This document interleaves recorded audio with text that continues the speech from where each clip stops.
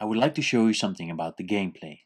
We have the same board and kind of chess pieces as a traditional set, except with a different functionality. The black and the white pieces can merge and become a union on one square. With these unions, a new gameplay is created in which all pieces stay on the board. Pieces will not be taken, you can only create unions. Once unions are created, you can move them. You can take over a union and release a piece by replacing it with another piece. And eventually there's a chain reaction, which really brings out the Paco Ŝako gameplay. This game will be very much focused on patterns and creativity, and not on piece advantage. Nice about this is that both players stay in the game until the last move is made. There can be created an advantage in position and games can be fast.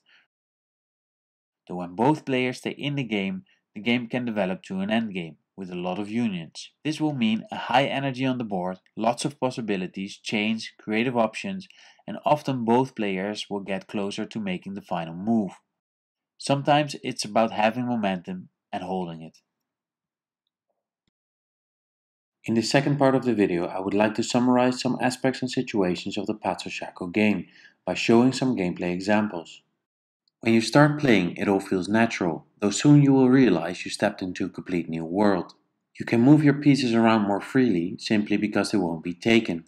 For example, the queen can be placed on a square where the black knight can go to. After the union is created, white can still play on with the white queen, and also black may move the union. Now white opens up the line for the bishop, and after black moves his or her bishop, now white can release the queen and move her to an open square. In this example, white first moves its pawn out, and after the black bishop is played, white moves its queen. If the black knight now is placed in a union, white can immediately release the queen. You can say the square was covered. In this example, also the white bishop is moved into position. Now, when the black knight makes the union and the white queen is released, the queen goes to the field which is covered by the bishop. If black defends this move by pinning the queen, white can also release the queen out of this union and create a union with the black king. Of course, in this situation there are other options for black, for example by placing a piece in between the white queen and king, or simply by moving the king. Getting behind the lines. In this example I like to show you how it is easier to get behind the lines, and how this opens up the game. Here for example the black king is put into check by the white bishop. This happens through a chain which starts with the white pawn. In this example the white queen comes into play, and after the black bishop is played, white can now give a check with an extra option. Black cannot defend by playing the pawn forward, because the white queen is in line with the king. In this case, for example, black defends by placing the knight on the line. The union is taken over and again there is a check, but in this case black can defend by moving the pawn forward and breaking the chain. Something enjoyable about the chain. Sometimes chains can work for both players. In this example, the chain for white starts with the white knight. At the same time, black has a chain which either starts with the black pawn or the black knight.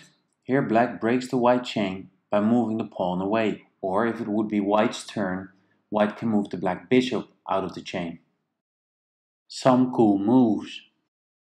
In this example, the square of the bishop will be used twice during a chain, and white will win the game. The white pawn releases the white knight, which will then take over the union of the white bishop.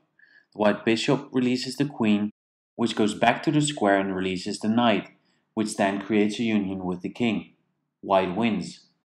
You can see the white knight is placed in one move from g4 to g8. In this example there is a double check and double options are created. The white knight releases the white pawn, which releases another white knight, which will then be placed on f6 and will give a check. At the same time, because the pawn is moved from e4 to d5, the queen will also give a check. Because of this double check, the king will have to move.